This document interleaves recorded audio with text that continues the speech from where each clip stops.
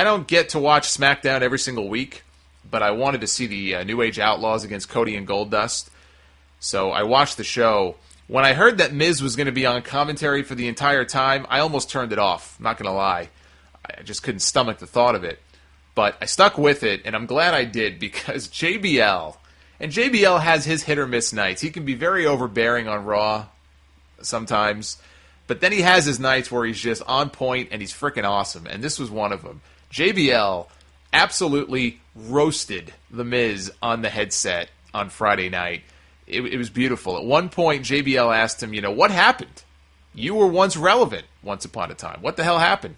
At another point, Miz was talking about how, I headlined WrestleMania once, and he asked JBL if he ever did the same thing, which he kind of did, also against John Cena. I know it wasn't the last match on the show, but you could argue that, in fact, JBL did headline a WrestleMania.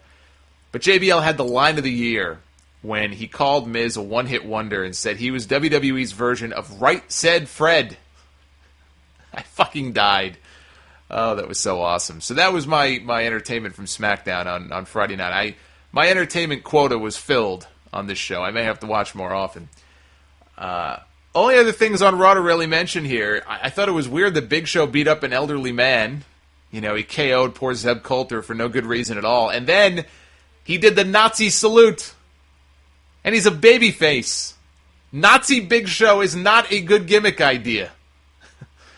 And we all saw the New Age Outlaws turn, if you could call it that, on CM Punk in their match against the Shield. They hopped down off the apron when Punk went for the tag. Clearly building to a Triple H CM Punk match at WrestleMania, which has been rumored for a while. The Outlaws got a win over Cody and Goldust on Friday night, non-title. And it looks like they're going to be sticking around for a while as characters on TV. They may even get a tag team title match at the Royal Rumble. And I don't know that I would break Cody and Goldust up just yet, but if they want to do a match between the two of them at WrestleMania, I hope they go with the idea that I proposed on the Sound Off a few months ago. I laid out the whole storyline from start to finish between Cody and Goldust, how I would do it. And I would have no problem with them if they are going to break up, and I almost hope they don't, but if they do, I'd have no problem with them dropping the belts to the Outlaws.